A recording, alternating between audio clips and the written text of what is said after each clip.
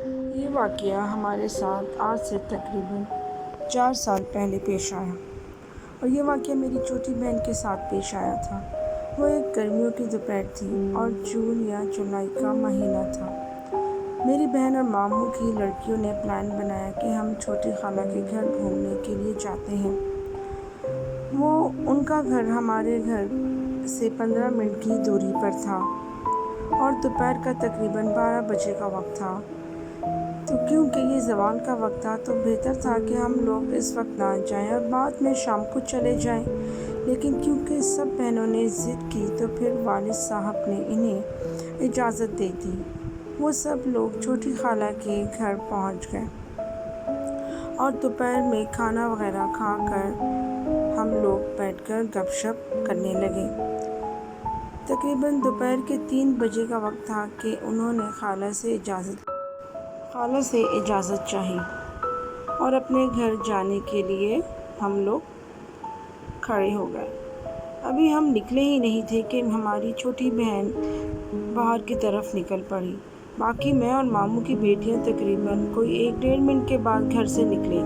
ہم گھر سے باہر نکل کر جب سڑک پر آئے تو وہ سڑک سے بہت دور جا چکی تھی۔ سڑک بہت لمبی تھی اور وہاں وہ دیکھی جا سکتی تھی۔ میری بہن اور ماموں کی لڑکیاں دیکھ کر حیران رہ گئیں کہ میری چھوٹی بہن ان سے بہت زیادہ دور فاصلے پر موجود تھی اور بہت ہی زیادہ تیز چل رہی تھی۔ یہ دیکھ کر باقی لڑکیوں نے بھی اپنی رفتار تیز کر دی اور میری بہن کے ساتھ ہونے کا ارادہ کیا۔ وہ لوگ بہت ہی زیادہ تیز چل رہے تھے، آپ یوں کہہ سکتے ہیں کہ دوڑ رہے تھے، لیکن میری بہن کے قدم بہت تیز تھے۔ وہ بہت تیزی سے چل رہی تھی۔ عام طور پر جب کوئی آپ سے دور جا رہا ہوتا ہے تو اس کی جسامت چھوٹی ہو جاتی ہے، لیکن اس معاملے میں الٹا تھا کہ جیسے جیسے میری بہن ان سے دور جا رہی تھی اس کی جسامت بڑھتی ہی جا رہی تھی۔ یہ دیکھ کر باقی سب لڑکیاں بہت زیادہ گھبرا گئی اور ڈر گئیں اور پھر انہوں نے اور زیادہ تیز چلنا شروع کر دیا۔ آپ یہ کہہ لیجیے کہ تقریباً وہ بھاگ رہی تھی۔ جب میری بڑی بہن نے کچھ فاصلہ عبور کیا تو میری چھوٹی بہن کو زور سے آواز دی اور اس کا نام پکارا۔ اس نے اس کا نام جیسے ہی پکارا تو چھوٹی بہن نے پلٹ کر پیچھے دیکھا، لیکن صرف اس نے اپنا منہ پیچھے کیا اور اس کا جسم سامنے کی طرف تھا، یعنی اس کی گردن پوری پیچھے مڑ چکی تھی لیکن اس کا جسم سامنے تھا۔ یہ دیکھ کر میری بڑی بہن اور ماموں کی بیٹیوں کی چیخ نکل گئی اور میری چھوٹی بہن نے ایک دم چھلانگ لگا کر سڑک کی دوسری طرف پہنچ گئی۔ وہاں جو ہمارا آبائی قبرستان تھا اس کی رخ اس طرف تھا۔ میری ماموں کی بیٹی اور بہن اس کے پیچھے قبرستان کی طرف بھاگے۔ ابھی وہ وہاں پہنچے ہی تھے کہ انہیں وہاں ایک گھر نظر آیا۔ اس گھر میں کی چھت پر ایک لڑکی بیٹھی ہوئی تھی جس کی شکل بڑی عجیب اور خوفناک تھی۔ اس کے بال چہرے پر گرے ہوئے تھے اور وہ بہت زیادہ گھبرائی ہوئی لگ رہی تھی۔ خیر میری بڑی بہن نے اس سے پوچھا کہ کیا تم نے میری چھوٹی بہن کو یہاں سے گزرتے ہوئے دیکھا ہے؟ تو اس نے بہت ہی عجیب آواز میں کہا کہ ہاں، اس کا رخ قبرستان کی طرف ہے۔ جب یہ بات میری بڑی بہن نے سنی تو وہ بہت زیادہ گھبرا گئی اور دوڑتے ہوئے قبرستان پہنچی۔ وہ قبرستان پہنچی تو اس نے دیکھا کہ میری چھوٹی بہن ایک قبر پر سر رکھ کر سوئی ہوئی ہے۔ یہ سب وہاں پہنچے تو ان کی چیخ نکل گئی اور میری بڑی بہن نے زور سے اللہ اکبر کہہ دیا۔ جیسے ہی اس نے یہ کہا تو میری بہن نے ایک دم سے اٹھ کر اسے دیکھا جیسے کہ وہ پہلے سو رہی ہو اور اب جاگ گئی ہو، اور اس نے اٹھنے کے ساتھ ہی پوچھا کہ کیا ہوا اور میں یہاں پر کیسے آ گئی؟ خیر انہوں نے میری چھوٹی بہن سے کچھ بھی نہ کہا